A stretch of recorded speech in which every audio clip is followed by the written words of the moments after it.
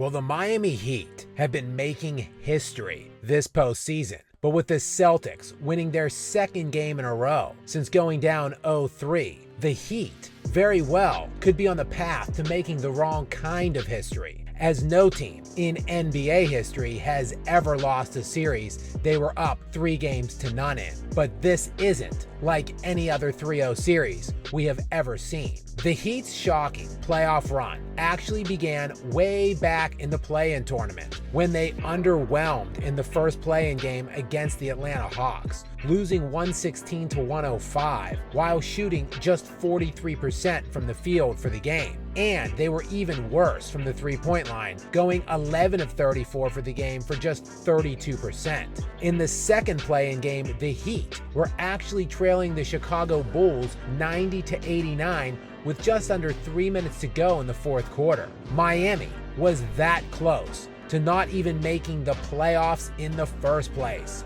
None of that would have been very surprising, as the Heat were only 44-38 in the regular season, were the 5th worst shooting team in the NBA, and averaged just 109.5 points per game, making them the lowest scoring team in the NBA this year. But that didn't stop the Heat from going on to shock the basketball world and the Milwaukee Bucks when they became just the 5th 8th seed to beat a number 1 in NBA history. And their run didn't stop there. They then dispatched of the New York Knicks in 6 games to advance to the Eastern Conference Finals, where they would stun the Celtics in Boston in both games 1 and 2 before obliterating them in Miami in Game 3 to take a decisive 3-0 lead, which, in the history of the NBA, there has been no safer bet than a team winning a series once they go up 3-0, as all time, teams with a 3-0 lead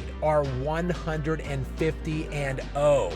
You can't get better than 100% of the time. But no team with this startling amount of talent discrepancy has ever found themselves down 3-0. Prior to the start of the conference finals, the Celtics, who played in last year's NBA Finals, were the odds-on favorite to win the championship this year by a fairly overwhelming margin, as Vegas installed them at plus 100, which is essentially even money. Whereas of the remaining Final Four teams, the Heat had by far the longest odds at plus 1,400. ESPN's Basketball Power Index gave the Heat just a 3% chance to win this series when it began. And it's important to note that the Celtics didn't suffer any devastating injuries throughout the course of this series. They're just a highly schizophrenic and inconsistent team that is terribly coached by an underqualified and inexperienced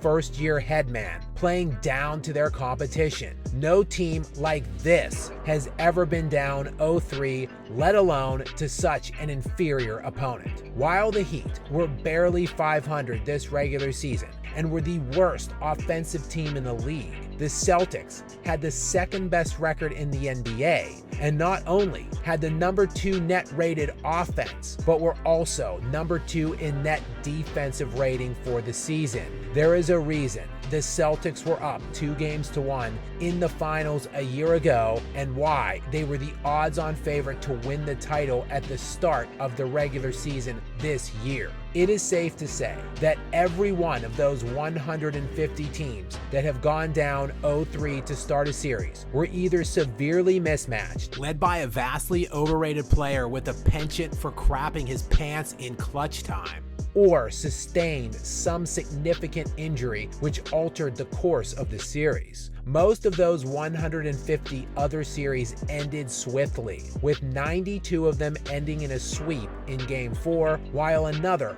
44 of them ended in Game 5 at 4-1. Only 11 of the 150 teams that have gone down 0-3 were able to force a Game 6. But after last night, we can make it a 12th, as Boston will be in Game 6 in Miami on Saturday night, where the odds makers have already installed them as a 2.5-point favorite on the road to force a Game 7. If they do so, they will become only the 4th team to fall down 3-0 in a series and make it into a Game 7. The previous 3 teams to do so were the New York Knicks in 1951, the Denver Nuggets in 1994, and the Portland Trail Blazers in 2003. All 3 of those teams would ultimately lose in Game 7, but all 3 of those teams were on the road in Game 7, where in the history of the NBA, home teams win Game 7 a staggering 82% of the time. And if the Celtics do ultimately get this into a Game 7, that game would be played in Boston Garden. Needless to say, if the Celtics do get one more win at Miami on Saturday to force a Game 7, there is a very good chance we are going to likely be seeing something that has never happened before.